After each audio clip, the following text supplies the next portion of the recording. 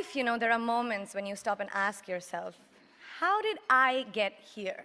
Like, why am I standing here? Well, this is definitely one of those moments for me. And I find myself going back to the beginning, back to my roots. I was born to incredible parents, amazing parents who served as doctors in the Indian Army. I was the firstborn, and as far back as I can remember, I made my parents very proud and happy 99% of the time. Okay, slight exaggerations of personal achievements are allowed from time to time, don't you think? My brother was born a few years later, and even then, nothing changed for me.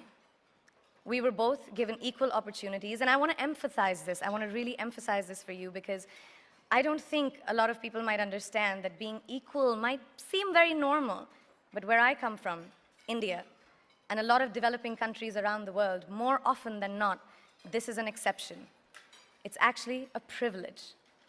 My first experience of the glaring disparity between boys and girls came at a very, very young age. I grew up in a middle-class family with extremely philanthropic parents who constantly reminded me and my brother how lucky we were and how giving back to those who were less fortunate was not a choice. It was a way of life. Simple. I was 7 or 8 years old when my parents started taking me on these visits in a traveling clinic to developing communities around and villages around the city that we lived in called Bareilly. We were packed into this ambulance and my parents would provide free medical care to people who couldn't afford it. My job at the age of 8 was assistant pharmacist.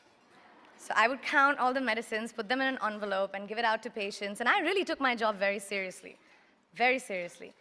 But the more I went on these expeditions, the more I began to notice the simplest things that distinguished a boy from a girl, or a man from a woman. For example, girls were pulled out of school when they hit puberty because they were considered ready for marriage and babies. That's 12 and 13. While boys still enjoyed their childhood.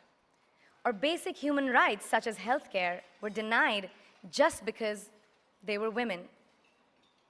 Let's call this whole experience trigger number 1 for me. Fast forward a few years and many, many triggers in between. Like a producer-director, for example, early on in my career, I must have been about 18 or 19, telling me that if I didn't agree to the ridiculous terms or painfully low salary in his movie, that he would just replace me. Because girls are replaceable in the entertainment business. That was a memorable one. Made me decide to make myself irreplaceable.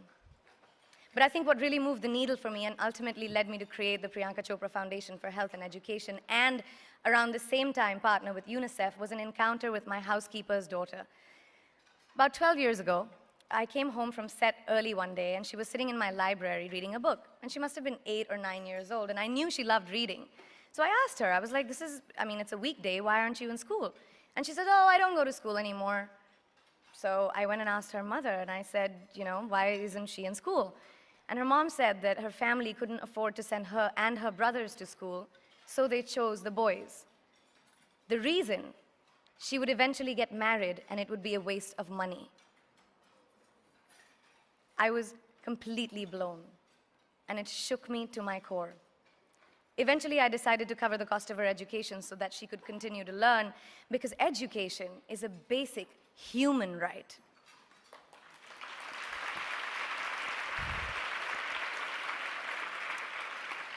And a huge necessity, especially today. From that point on, I was determined to make a difference in as many children's lives as I could, in whatever big or small way that I could contribute. There's a really, really beautiful quote that I read recently, and I think it's absolutely appropriate to explain what I'm trying to say today. The hand that rocks the cradle, the procreator, the mother of tomorrow, a woman shapes the destiny of civilization. Such is the tragic irony of fate that a beautiful creation such as a girl child is today one of the gravest concerns facing humanity. Girls have the power to change the world.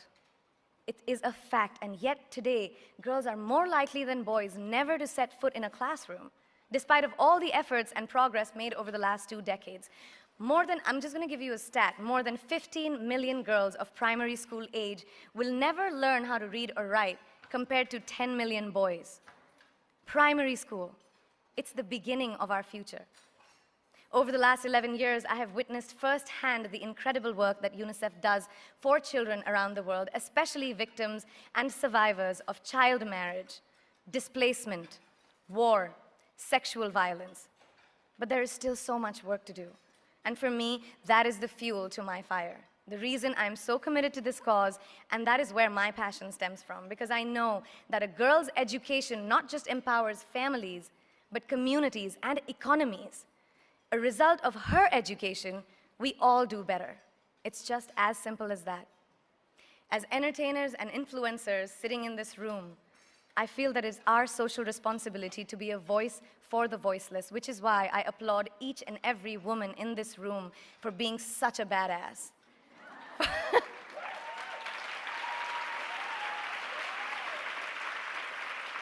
For using your platform and your voice to contribute to change, and for ensuring that there is not even one